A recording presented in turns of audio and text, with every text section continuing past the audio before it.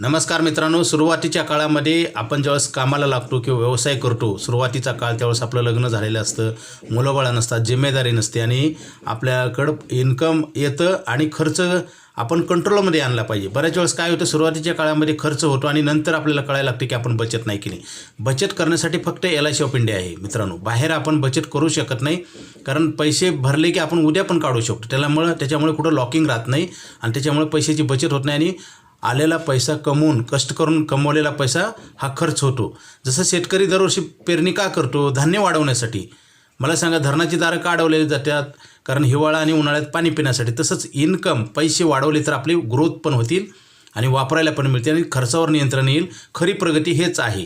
परंतु हे कोणी सांगणारा नसल्यामुळे किंवा न ऐकल्यामुळे किंवा याला महत्त्व न दिल्यामुळेच माणसाचं नुकसान होतं आणि वेळेला आपल्याला जर चांगलं सांगणारा माणूस भेटला तर आपली नक्की प्रगती होते मित्रांनो. जसं शाळा कॉलेजमध्ये प्राध्यापक चांगले असेल, शाळा कॉलेज काही चांगले असेल तर आपण डोनेशन देतो ना. कशासाठी देतो मग आपण?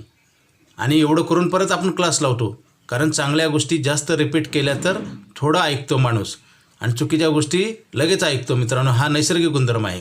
तो कुठं तर आपण आता बदलला पाहिजे. काळ बदललेला आहे मित्रांनो. हा गेलेला काळ खूप चांगला होता. आता सध्या थोडीफार बरी परिस्थिती आहे. पुढचा काळ फार वाईट आहे मित्रांनो. तसं त्याचं प्लॅनिंग करून आपण जर पैसे ग्रो केले आणि ठेवले तर आपल्याला फार फायदे होतात. जसं 10,000 रुपये तुम्ही बचत केलं तर आपण 30 लाखाचा रिस्क कव्हरेज देतो आणि हे लाईफ टाईम वाढत असतं. 1 कोटीपर्यंत वाढतो. फक्त 15 वर्षे पैसे भरायचे. 15 वर्षानंतर 15 लाखाचे 20 लाख रुपये होतात आणि 20 लाख रुपये कंटिन्यू वाढतात आणि 1 कोटी होतात आणि दरवर्षी 1 लाख रुपये मिळतात. मित्रांनो, पैशाचा करार आहे. आज कामाचा करार लाईफ टाईम मिळत नाही. लाईफ टाईम काम कोणाला तर मिळतं का? रिटायर होतो का नाही माणूस?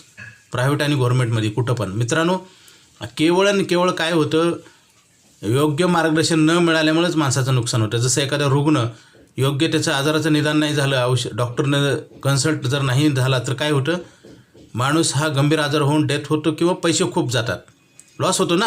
तसं आपल्याला आर्थिक सल्ला देणारा माणूस चांगला पाहिजे आणि त्याच्याकडनं आपण सल्ला घेऊन आपण काम केलं पाहिजे. म्हणजे नक्की फायदा होतो हे पेपरवर लिहून आहे. लगेच फोन करा. माझा मोबाईल नंबर 9890468671. हा नाही लागला तर दुसरा एक नंबर आहे 9890768562 पवार बाळासाहेब. Okay, thank you.